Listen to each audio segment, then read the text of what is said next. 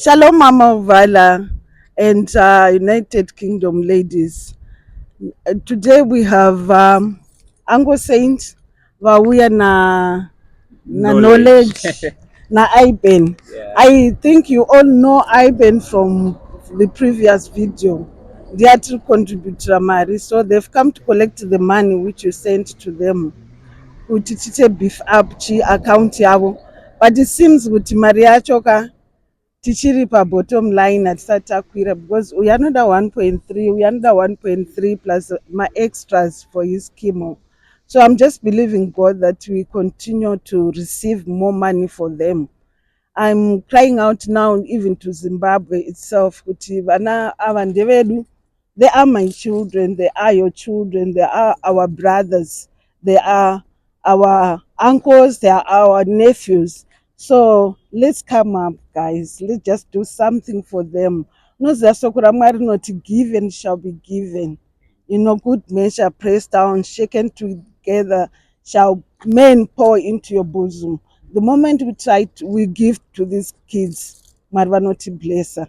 So we are here in Maria Baku, UK. We are giving it to Uncle Saint.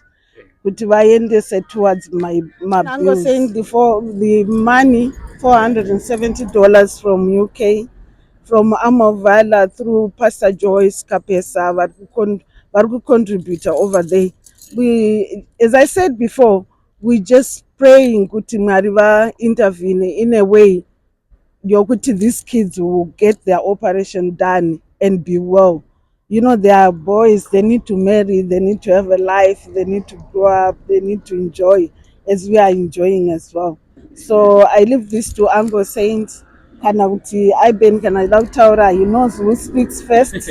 So I'm giving it up to him. Thank you so much. Thank you so much nekuumira nesu. Mwari wamasimba usakuitire zvakanaka zvakanyanya. Isusu vamwe tine tisingavaoni, imimi ndimi vatiri kutoona.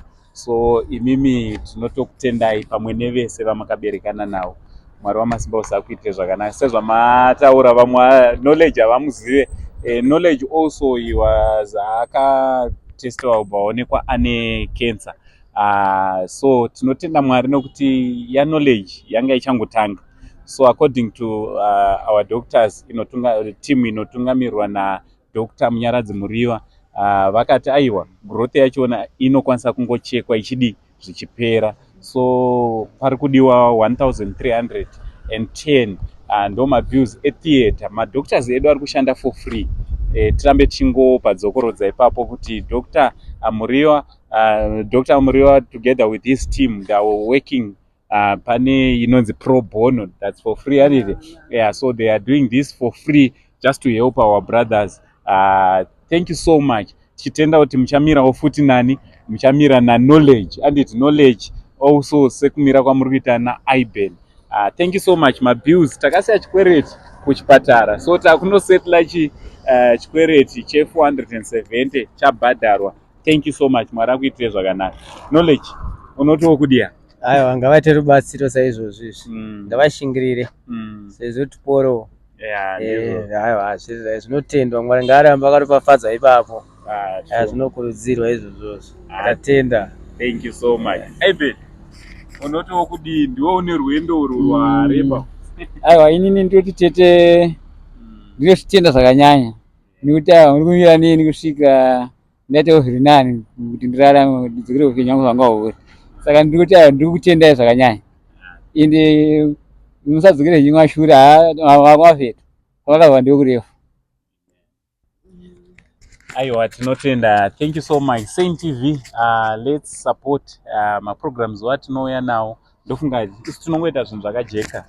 Pane I think you know us very well kuti mukatibvunza pachona tinogona kuwandirwa, but mukatouya kuinbox tiri kuda chakati tiri kuda kuziva transparency zvakati, tinokujekeserai pachona. Patine chinonoka tine chizama kuti tibatanidze, tine katagetiwo katine takaseti kuti kasvika pakati tobva taita video tichibva tacelebrata kuti one of our own kana kuri kuoperatwa adi aoperatwa. So thank you so much. Mungoramba muchimira nesu, muchimira ne our brothers kusvika rwendo rwavo rwapera.